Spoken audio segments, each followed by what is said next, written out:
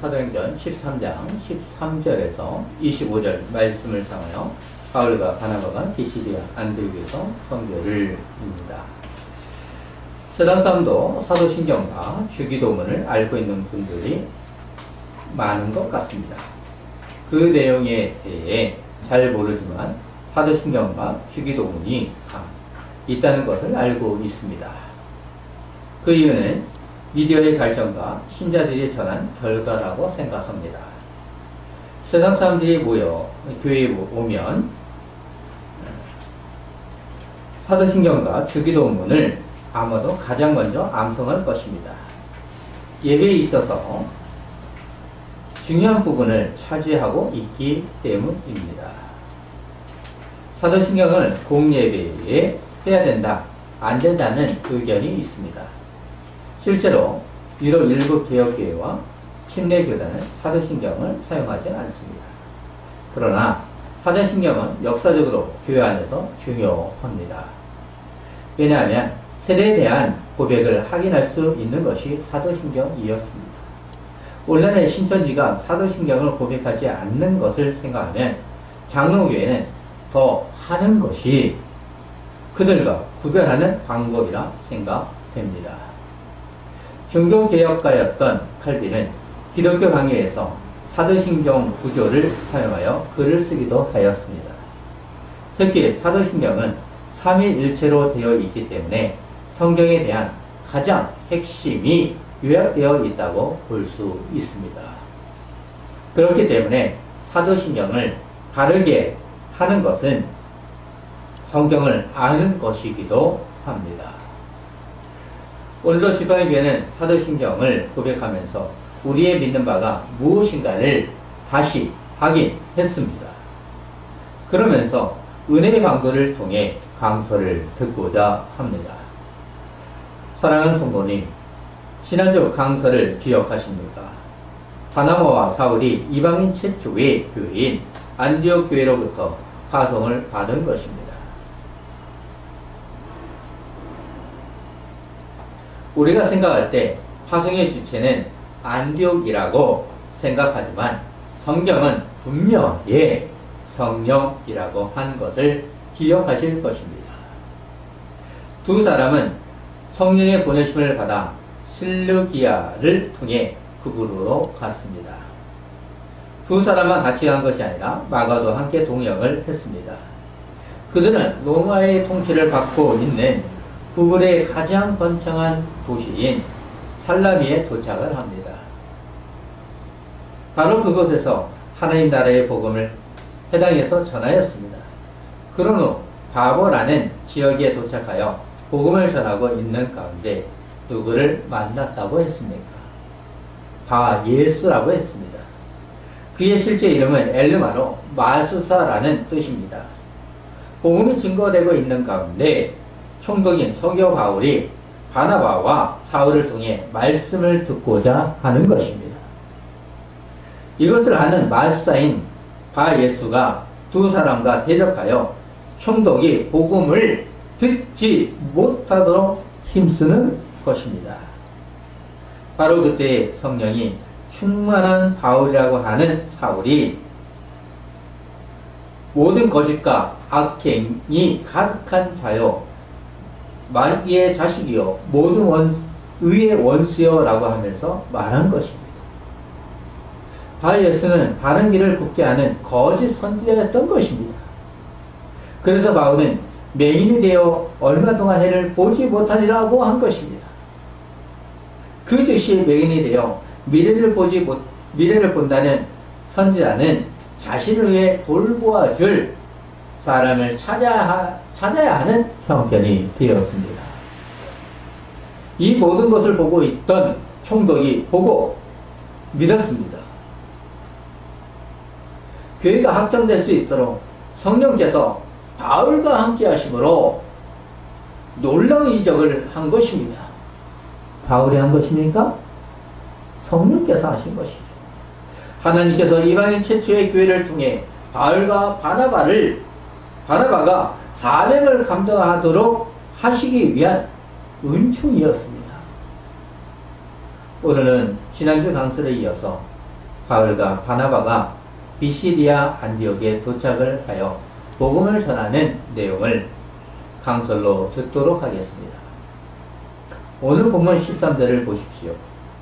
바울과 및 동행하는 사람들이 바보에서 배 타고 밤빌리아에 있는 버가에 이르니 요한은 그들에게서 떠나 예루살렘으로 돌아가고, 바울과 바나바 그리고 요한은 바보에서 출항하여 밤빌리아에 있는 버가에 이르렀을 때 무슨 문제가 발생합니까?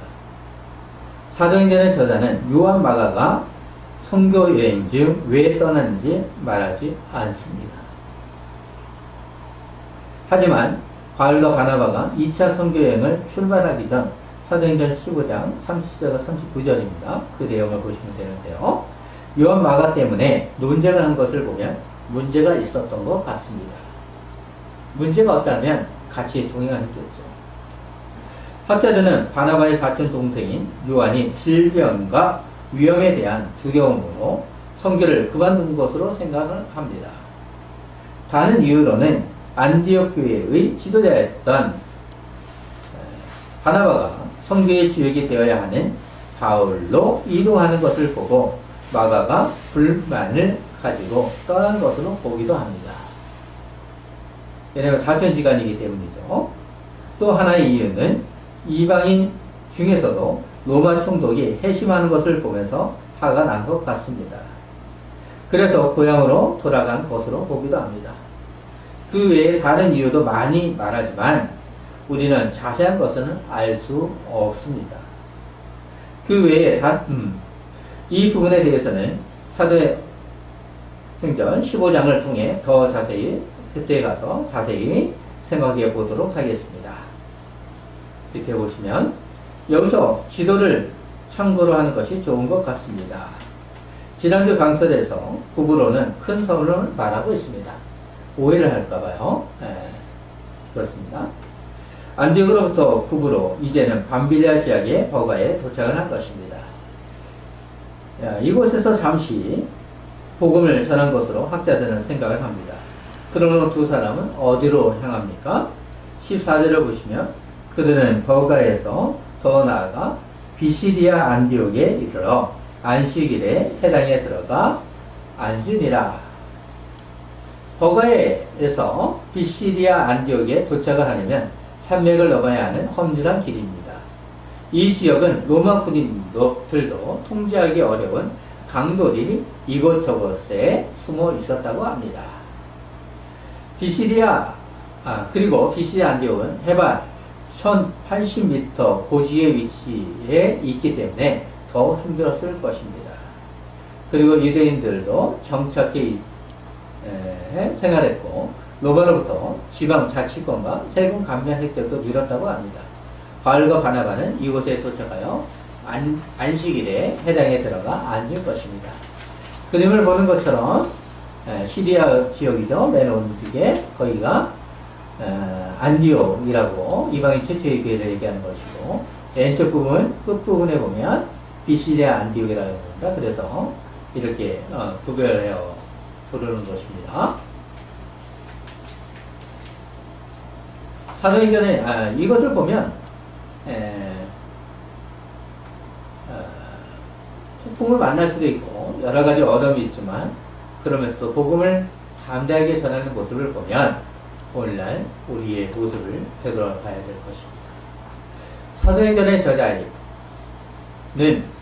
두 사람이 앉아 있을 때의 상황을 기록을 합니다. 15절을 보시면 율법과 선지자의 글을 읽는 후에 해당 양들이 사람을 보내어 물어 이르되 형제들아 만일 백성을 권할 말이 있거든 말하라입니다. 당시 예배의 순서는 해당 장이 율법과 모세오경이죠. 선지자의 글을 읽은 후 공고의 말씀을 누구에게 부탁을 하곤 했습니다. 오늘 여기서는 해당 장이 바울과 바나바에게 공고의 말씀을 청한 것입니다. 그러면 왜 그들에게 부탁한 것입니까? 해당 장은 그들의 소문을 들었을 것이고 들었던 것 같습니다. 그래서 관심을 가지고 권면의 말씀을 전하도록 한 것입니다. 특히 바울은 가말리엘 출신으로 랍비이기도 하였습니다. 건면의 말씀을 부탁받은 바울의 모습은 16절을 보십시오. 바울이 일어나 손짓하며 말하되 이스라엘 사람들과 및 하나님을 경외하는 사람들아 들으라 입니다. 오늘은 바울이 전한 부분 중 첫 번째 부분을 다루도록 하겠습니다. 하나님께서 족장들의 선택으로부터 예수님에 이르러 절정에 도달하는 이스라엘의 역사를 강설하는 것입니다. 바울은 해당장으로부터 위임을 받았기 때문에 일어나 손짓하며 말하는 것입니다.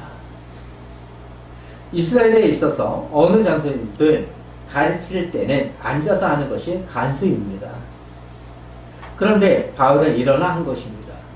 온 마음과 한 뜻으로 오직 복음을 전하고자 하는 바울의 열정을 볼 수 있습니다.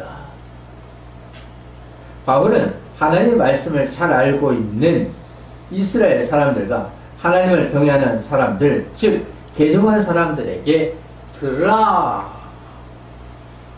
것입니다. 이방인으로 할례를 받지 않았으나 예배에 참석할 수 있었으며 유대인과 같이 율법을 따라 살아가는 자들도 있었다고 합니다.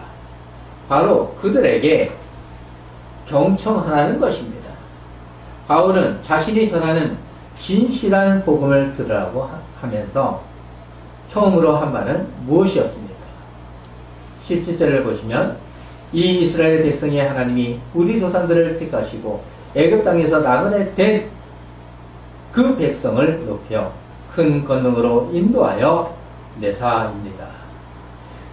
이스라엘 하나님은 자신들의 조상들을 택했다는 것입니다.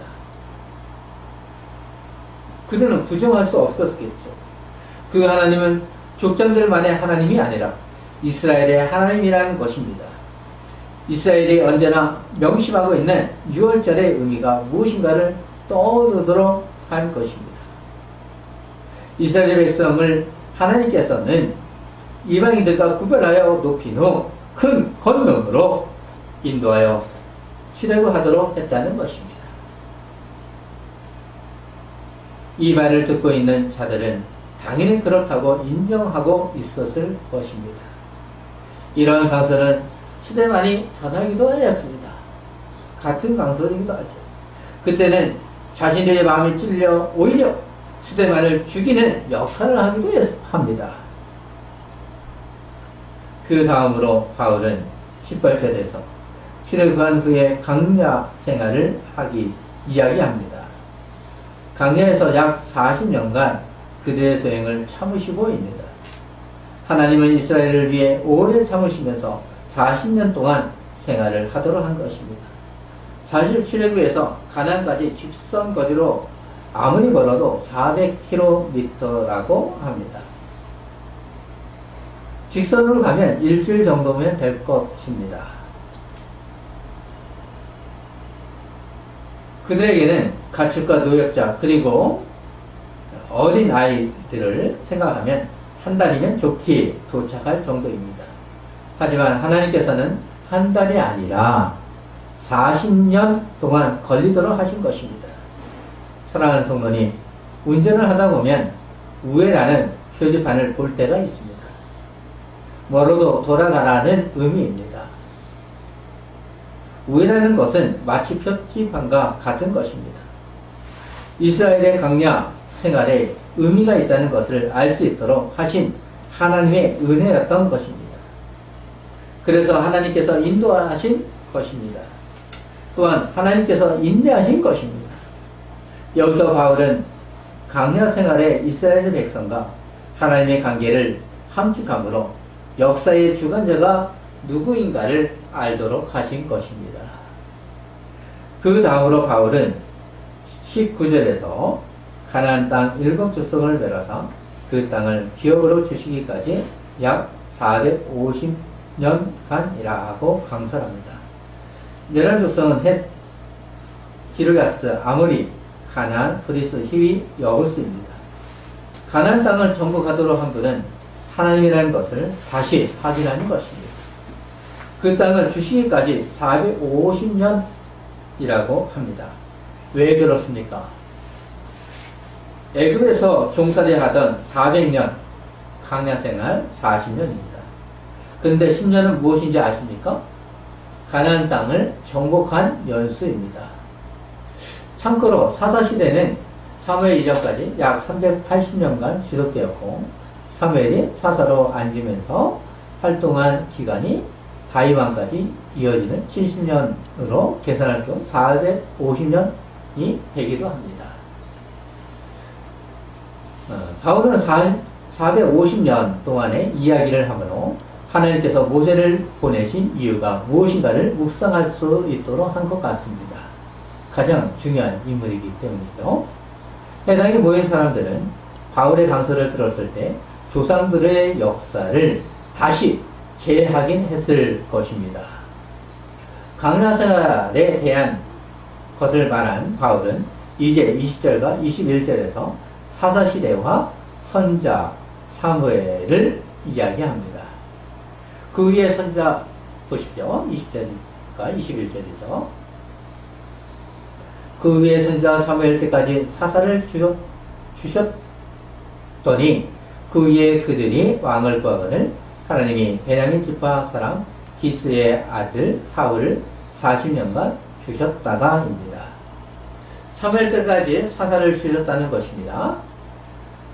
여기까지는 이스라엘이 하나님을 향한 마음이 있었습니다.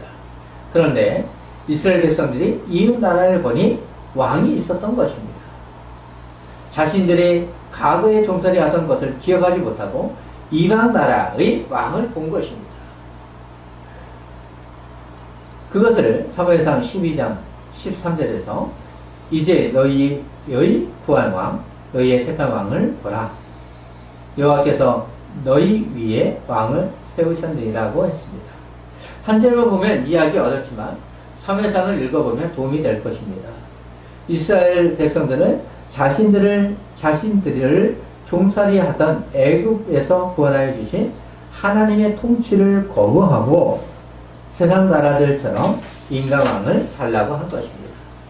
하나님께서는 이스라엘 백성에게 사무엘을 통해서 세상 사람들의 왕의 문제점을 말씀해 주셨지만 소용이 없었습니다. 결국 하나님께서는 왕을 주셨습니다. 하나님께서 기뻐서 허락한 것이 아니라 분노하심으로 세웠다는 것입니다. 호세아 13장 11절을 보시면 내가 분노하심으로 내게 왕을 주고 진노함으로 패하였노라 라고 하셨습니다. 이스라엘은 자신들의 과거를 기억하지 못하므로 결국 예수 그리스도까지 죽이는 결과를 맞이하기도 합니다. 하나님께서는 왕을 달라는 요구에 살 왕을 주신 후 22절을 보시면 피하시고 다윗을 왕으로 세우시고 증언하여 이르시되 내가 이새의 아들 다윗을 만나니 내 마음에 맞는 사람이라 내 뜻을 다 이루라 입니다. 사울 왕을 패하시고 다윗 왕을 세운 것입니다. 여기서 중요한 것은 사울 왕은 백성들이 요구하여 세운 것이지만 다윗 왕은 하나님께서 세우신 왕이라는 것이 차이점입니다. 왜 바울은 다윗 왕을 소개하는 것입니까? 예수 그리스도에 관한 복음에 뛰어들기 위한 도약대로 사용한 것입니다. 다윗 왕은 하나님의 마음에 맞는 사람이라고 하므로 하나님에 의해 계획된 구속사에서 결정적인 역할을 할 왕임을 드러나도록 한 것입니다. 또한 이스라엘 백성의 선자의 예언대로 다윗 왕의 계보에서 메시아가 올 것을 기다리고 있었습니다. 다윗 왕을 통해 구원의 메시아의 초점은 23절에서 하나님이 약속하신 대로 이 사람의 후손에서 이스라엘을 위하여 구주를 세우셨으니 곧 예수라고 하면서 분명히 합니다. 다윗 왕의 시, 즉 계보에서 족보죠. 이스라엘을 구원할 분이 바로 예수라는 것입니다. 선자로부터 많은 예언을 들었기 때문에 그들은 바울의 말이 무엇인가를 짐작을 했을 것입니다. 특히 사무엘이 아닌 나단 선자를 통해 무슨 언약을 주셨습니까? 사무엘상 7장 12절에서 내 수완이 차서 내 조상들과 함께 누울 때에 내가 내 몸에서 날 내 씨를 내 뒤에 세워 그의 나라를 공고하게 하리라고 하셨습니다.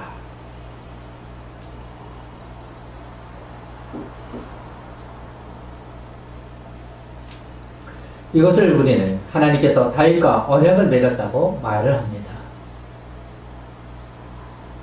바울은 이스라엘 역사를 통해 예수 그리스도가 다윗 왕과 맺은 전통적인 왕이요 메시아라는 것을 증명하는 것입니다. 구약에서 메시아에 대한 예언은 다윗 왕과 맺은 언약만이 아니라 순환의 종, 인자, 대제사장으로 묘사를 합니다. 그런데 유대인들은 로마로부터 억압을 받고 있었기 때문에 더욱 정치력이요 군사적인 메시아로 생각을 했습니다. 성경을 오해함으로 성경의 생명의 구원자로 오신 예수 그리스도를 죽일 수 있었던 것입니다. 또한 자신들의 권력을 위한 처형이기도 했습니다. 그렇기 때문에 오늘날 말씀을 전하는 목사 즉 교사는 또한 신자들은 성경에 있는 그대로 전하도록 해야 합니다. 바울은 해당 안에서 다윗 언약이 예수 그리스도를 통해 성취되었다는 것을 강설하면서 이 사절을 보시면 세례 요한을 언급합니다. 그가 오시기에 앞서 요한이 먼저 회개의 세례를 이스라엘 모든 백성에게 전파하니라고 이야기합니다. 공감복음에서 말한 대로 사도행전에서 세례 요한은 예수님보다 먼저 회개의 세례를 전파했다고 기록을 합니다. 바울은 세례 요한을 통해 예수님의 권위를 드러내는 것입니다. 유대인들은 세례 요한을 선지자로 알고 있기 때문입니다. 그들이 존경하는 세례 요한이 예수님을 증거했다는 것을 통해 예수님이 누구신가를 더 구체적으로 가르치고 있는 것입니다. 그런 후 바울은 25절에서 요한이 그 달려갈 길을 마칠 때에 말하되 너희가 나를 누구라 하느냐? 나는 그리스도가 아니라 내 뒤에 오시는 이가 있으니 나는 그 발의 신발끈을 풀기도 감당하지 못하리라고 했습니다. 세례 요한이 증거하고자 했던 것은 자신이 메시아가 아니라 나는 예수님께서 오시기까지 전하는 자라는 것입니다. 그래서 나는 그 발의 신발끈을 풀기도 감당하지 못하리라고 한 것입니다. 바울은 이렇게 강설을 하므로 메시아에 대한 정체를 확립하고 있는 것입니다. 바울은 그 메시아가 바로 예수님이라는 것입니다. 바울은 다음 주 강서로 배우겠지만 부활의 사실성을 더 다가가고 있는 것입니다. 바울은 오늘 말씀을 통해 이스라엘에 대한 역사를 간략하게 소개를 하지만 깊은 뜻이 있었습니다. 모든 역사를 주관하시는 분은 하나님으로 구원의 완성도 그분께서 하신다는 것입니다. 하나님께서 구원의 완성을 위해 선지자를 통해 말씀해 주신 메시아가 바로 예수님이라는 것을 강설로 건면하는 것입니다. 그래서 바울은 강설을 하면서 청중들의 마음이 예수님을 향하도록 이끌어가는 것입니다. 이것이 오늘날도 강설의 핵심이 되어야 합니다. 강설은 목사를 위한 것도 아니요 성도를 높여주기 위한 것도 아닙니다. 오직 영광을 받는 분은 삼위 하나님이어야 합니다. 우리도 바울처럼 올바른 역사를 바로 이해하는 것이 중요합니다. 잘못 오해하면 이스라엘 백성처럼 될 수 있는 것입니다. 성경을 바르게 이해할 때 재림의지로 오시는 예수님을 기다리면서 삶이 예배가 될 수 있는 것입니다. 희락과 화평과 평강으로 복음을 증거할 수 있는 것입니다. 증거할 수 있도록 성령께서 내주하여 주심으로 힘을 주십니다. 성전으로 예배하러 갈 수 없는 자들이 회당에 모여서 율법과 선지자의 글을 읽고 있었지만 바울과 같이 강선한 사람은 없었습니다. 예수 그리스도를 증거하지 않았죠. 그런 그들에게 바울의 강선은 참된 구원의 메시지가 되었을 것입니다. 오늘날 교회도 바울과 같이 예수 그리스도의 복음을 전해야 합니다. 바울은 회당에서 바른 강선을 함으로 예수 그리스도를 알게 한 것입니다. 바울의 강선은 오늘날 우리에게 구원의 중요성을 알게 해주었습니다. 하나님께서 예수 그리스도를 보내주신 것을 이해할 수 있도록 바울은 잘 가르쳐 주었기 때문입니다. 그렇다면 우리는 바울이 전한 복음을 알기 위해 성경을 사랑해야 하는 것입니다.